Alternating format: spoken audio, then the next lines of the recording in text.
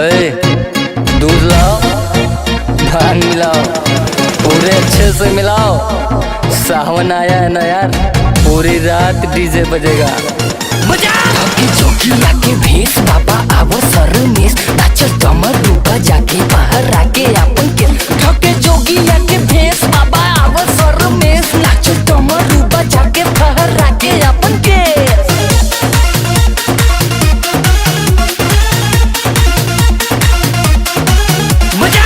रोकने वालों को रोकने दे, भोंकने वालों को भोंकने दे, रोकने वालों को रोकने दे, भोंकने वालों को भोंकने दे।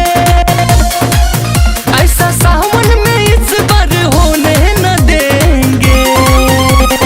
1 2 3 सारी रात डीजे आज बंद होने न देंगे, मोहल्ले को चैन से सोने न देंगे। सारी रात डीजे आज बंद होने न देंगे, मोहल्ले को चैन से सोने न देंगे।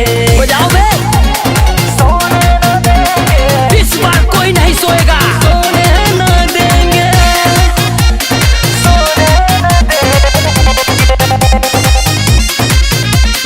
चाहे जेल हो या थाना, बोले बाबा का बजेगा गाना। कोर्ट कचहरी का टेंशन न ले, सबको ये दिखलाना है, सिर्फ भक्तों को नचाना है। शासन पर शासन सुन एक्शन न ले।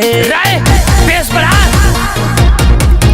जो होगा यार मेरे, और क्या सब मिलके देखेंगे। देखेंगे भोले बाबा के कसम, कसम से। हम सबको ठोकेंगे। जो होगा यार मेरे, ये हुई ना बात, सब मिलके देखेंगे। वाह क्या बात है। भोले बाबा के कसम, हम सबको ठोकेंगे। कोई ना हमें रोक पाएगा, जो भी हमारे बीच आएगा। कोई ना हमें रोक पाएगा, जो भी हमारे बीच आएगा। इस बार बवाल होगा। ये मौका हम हाथों से खोने न देंगे। बढ़ाना भाई। 1 2 3 ये रात डीजे आज बंद होने न देंगे, मोहल्ले को चैन से सोने न देंगे। सारी रात डीजे आज बंद होने न देंगे, मोहल्ले को चैन से सोने न देंगे। सोने न देंगे, सोने न देंगे, सोने न देंगे।